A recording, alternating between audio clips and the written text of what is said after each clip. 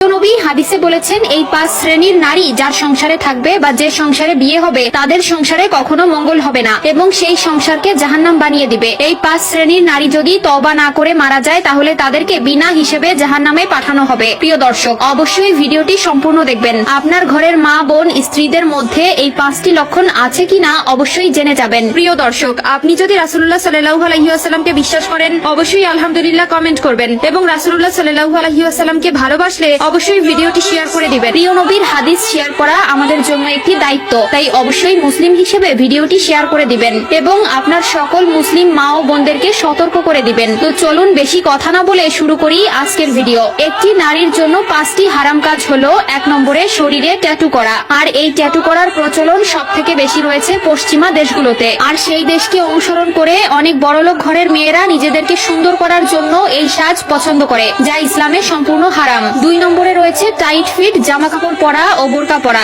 আধুনিক যুগ এতটাই নিম্ন স্তরে নেমে গিয়েছে যে পর্দার খেলাপ করে টাইট ফিট জামা কাপড় পরে রাস্তায় বাজার ঘাটে অশ্লীল ভাবে ঘোরাফেরা করে নারীরা এবং ছেলেদের মনোরঞ্জন করার জন্য নিজেকে অন্যভাবে উপস্থাপন করে। 3 নম্বরে রয়েছে উঁচু করে চুল বাঁধা। মেয়েদের জন্য উঁচু করে চুল বাঁধা হারাম। প্রিয় নবী বলেছেন, যে নারী উটের কুজের মতো উঁচু করে চুল বাঁধবে তার জন্য দিনরাত ফেরেশতারা লানত করবে। নারীকে তৈরি করা হয়েছে পুরুষের আনুগত্যের জন্য।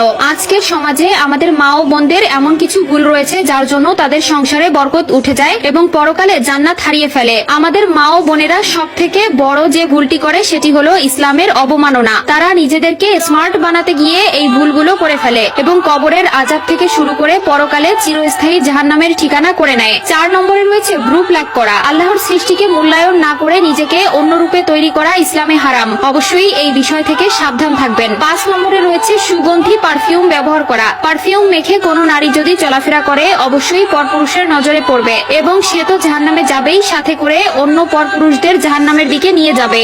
এই 3 ধরনের নারীর দিকে আল্লাহ তাআলা তাকাবেন না। তাহলে চিন্তা করুন আমাদের মা বোনদের অবস্থা তখন কি হবে। জীবন তো ওখানেই শেষ হয়ে যাবে। সেই 3 শ্রেণীর মেয়েদের ভেতরে এক শ্রেণীর মেয়ে হলো যারা প্যান্ট শার্ট অথবা গেঞ্জি পরে রাস্তায় বের হয়। প্রিয় দর্শক, আজকাল এই বিষয়টা অনেকটা অহরহ হয়ে গেছে। লজ্জা শরমের মাথা খেয়ে আজকাল মেয়েরা পর্দা তো করেই না, বরং প্যান্ট শার্ট পরে মার্কেটে বাজারে ঘোরাফেরা করে। আর এই বিষয়টা সব থেকে বেশি হয়ে থাকে বড়লোকদের পরিবারে। কিন্তু আজকাল গ্রামের মেয়েদের কেউ কেউ প্যান্ট শার্ট পরে বাজার ঘাটে ঘোরাফেরা করতে দেখা যায়। 2 শ্রেণীর নারী হলো তারা যারা মা বাবার অবাধ্য। এই শ্রেণীর নারীদের বৈশিষ্ট্য হলো তারা পরিবারের কথাকে মূল্যায়ন করে না। 3 শ্রেণীর নারী হলো তারা যারা দায়ুস নারী। দায়ুস নারী হলো তারা যারা সন্তানকে পর্দার বিষয়ে কড়াকড়ি হুকুম করে না।